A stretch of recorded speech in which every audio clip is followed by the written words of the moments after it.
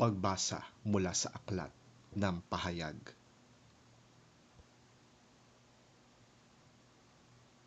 Pagkatapos kong masaksihan ang mga bagay na ito, nakita ko sa langit ang isang bukas na pinto.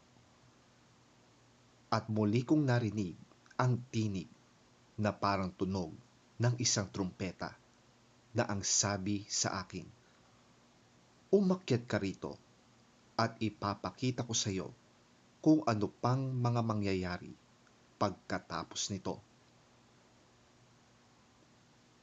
At agad akong napuspos ng kapangyarihan ng Espiritu. At nakita ko sa langit ang isang trono at ang isang nakaupo roon. Ang anyo niya'y maningning na parang mahahalagang batong hasper at kornalina. May isang bagharing nagniningning na parang esmeralda sa palibot ng trono.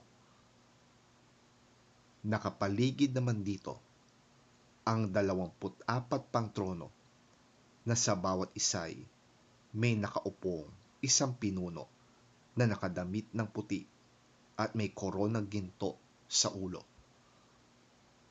Mula sa trono ay gumuguhit ang kidlat kasabay ng mga ugong at mga kulog.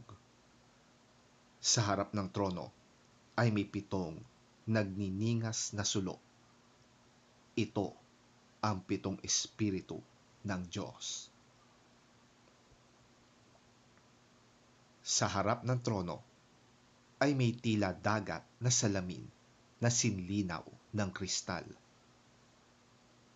Sa 4 na panig ng trono ay may 4 na buhay na nilalang na punong-puno ng mga mata sa kanilang harap at likod.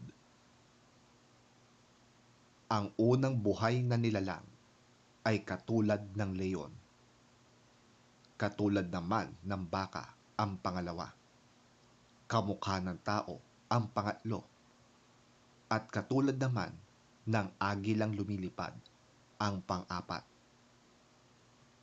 Ang bawat isa ay may tig-6 na pakpak at punong-puno ng mga mata sa harap at likod.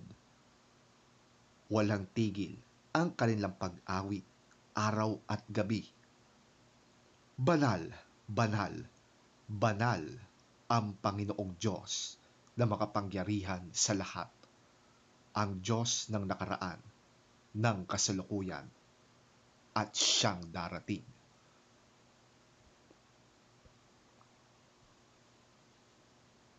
Tuwing umaawit ng papuri, parangal at pasasalamat ang 4 na buhay na nilalang sa nakaupo sa trono na nabubuhay magpakailanman. Ang 24 na pinuno naman ay nagpapatira pa sa harap ng trono at sinasamba ang nakaupo doon, ang nabubuhay magpakailanman. Iniaalay nila ang kanilang korona sa harap ng trono at sinasabi, "Aming Panginoon at Diyos, karapat-dapat kang tumanggap ng papuri, karangalan at kapangyarihan, sapagkat ikaw ang lumalang sa lahat ng bagay at ayon sa iyong kagustuhan, sila'y nilalang mo at pinapanatili."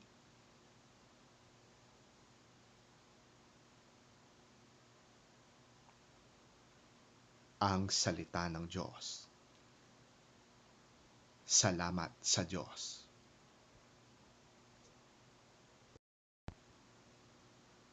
Ang mabuting balita ng Panginoon ayon kay San Lucas. Papuri sa iyo, Panginoon. Habang ang mga tao ay nakikinig, isinalaysay din ni Jesus sa kanila ang isa pang talinhaga. Si Jesus ay malapit na noon sa Jerusalem at inakala ng mga tao na magsisimula na ang paghahari ng Diyos. Kaya't sinabi niya, may isang maharlikang pumunta sa malayong lupain upang ito'y gawing hari. At pagkatapos nito, siya ay babalik. Subalit, bago siya umalis, tinawag niya ang 10 sa kanyang mga alipin at binigyan ang mga ito ng tig-iisang gintong salapi. Sinabi niya sa kanila, ipangalakal ninyo yan hanggang sa aking pagbabalik. Ngunit galit sa kanya ang kanyang mga nasasakupan, kaya't nagsugo sila ng kinatawan upang sabihin sa kinauukulan, ayaw naming maghari sa amin ang taong yon. Gayunpaman ay ginawa rin siyang hari.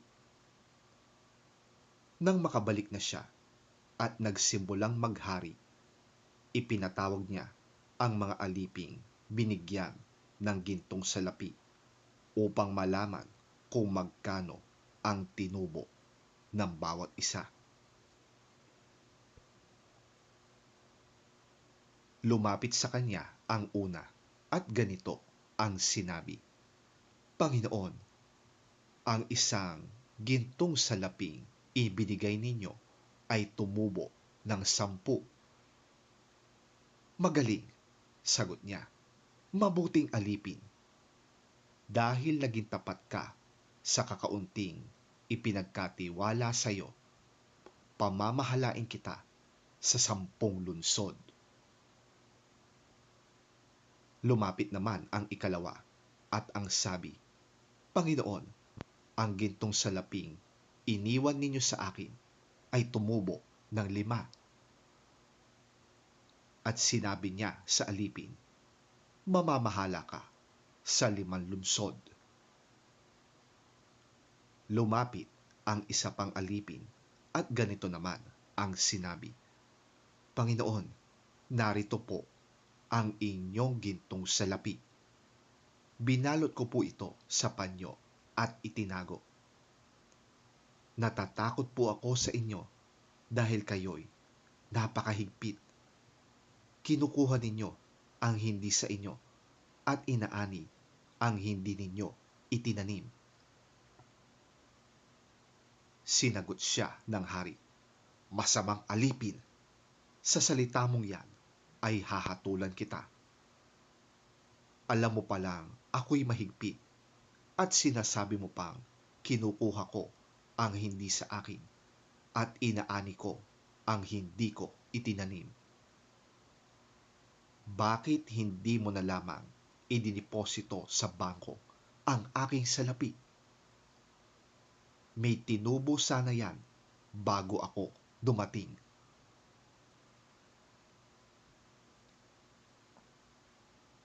At sinabi niya sa mga naroon, kunin ninyo sa kanya ang gintong salapi at ibigay sa may 10.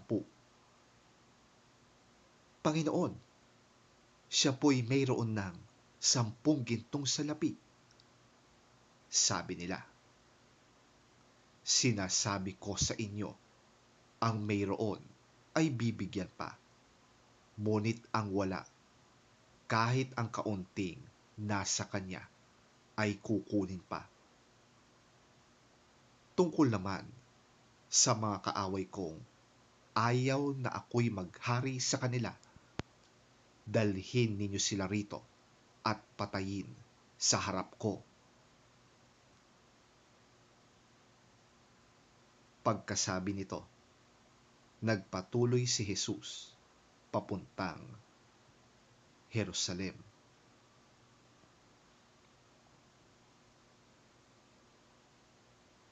Ang mabuting balita ng ating Panginoon. Pinupuri ka namin, Panginoong Hesukristo. While they were listening to this, he went on to tell them a parable, because he was near Jerusalem, and the people thought that the kingdom of God was going to appear at once. He said, "A man of noble birth went to a distant country to have himself appointed king and then to return. So he called 10 of his servants and gave them 10 minas. "Put this money to work," he said, "until I come back." But his subjects hated him and sent a delegation after him to say, "We don't want this man to be our king." He was made king, however, and returned home. Then he sent for the servants to whom he had given the money in order to find out what they had gained with it. The first one came and said, "Sir, your mina has earned 10 more." "Well done, my good servant," his master replied. "Because you have been trustworthy in a very small matter, take charge of 10 cities." The second came and said, "Sir, your mina has earned 5 more." His master answered, "You take charge of 5 cities." Then another servant came and said, "Sir, here is your mina. I have kept it laid away in a piece of cloth. I was afraid of you, because you are a hard man. You take out what you did not put in, and reap what you did not sow." His master replied, "I will judge you by your own words, you wicked servant. You knew, did you, that I am a hard man, taking out what I did not put in, and reaping what I did not sow? Why then didn't you put my money on deposit, so that when I came back, I could have collected it with interest?"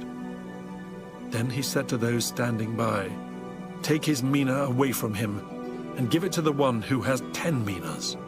"Sir," they said, "he already has 10. He replied, "I tell you that to everyone who has, more will be given. But as for the one who has nothing, even what they have will be taken away.